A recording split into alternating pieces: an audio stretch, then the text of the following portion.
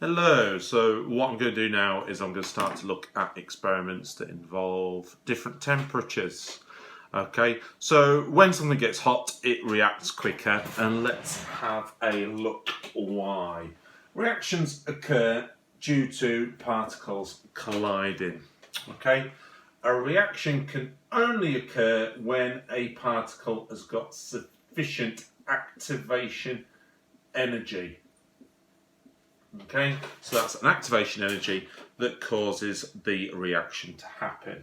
Okay, if a particle is cold, okay, it is less likely to have the requisite activation energy. So you need to increase the kinetic energy by making it move faster.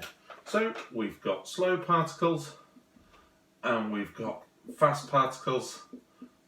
Okay, now this will have a higher activation energy. Okay, so you are more likely to get a reaction in that case. Of course, some reactions occur at cold temperatures as well. So if we have got a particle moving very slowly, okay, then it's going to take longer for the reaction to occur.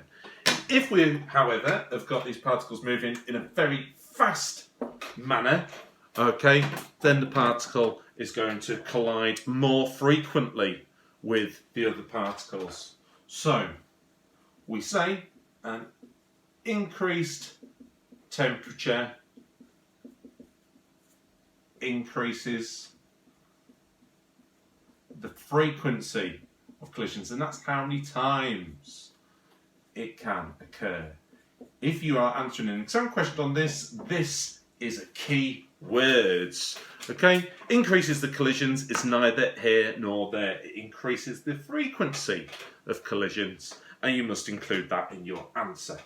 So let's have a look at the classic experiment related to this. This you can also do in concentration, and we'll have a look at concentration in another video.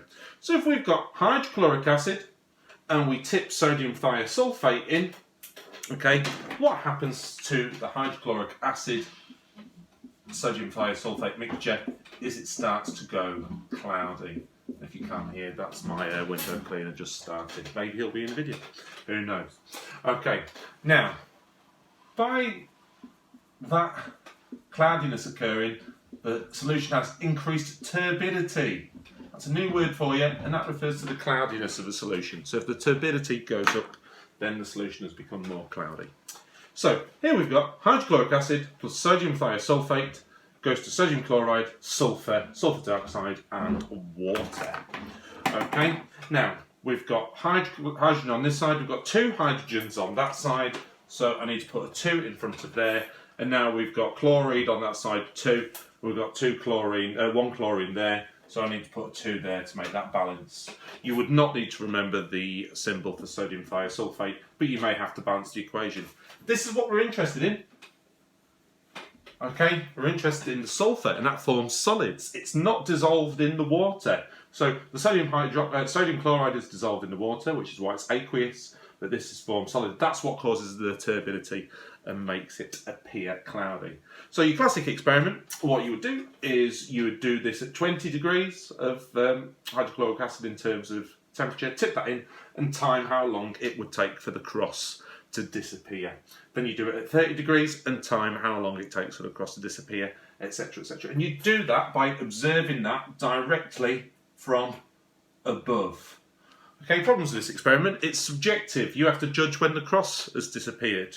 If you were to do it accurately, you'd use a light sensor underneath and check when a certain amount of light cannot get through the turbid water.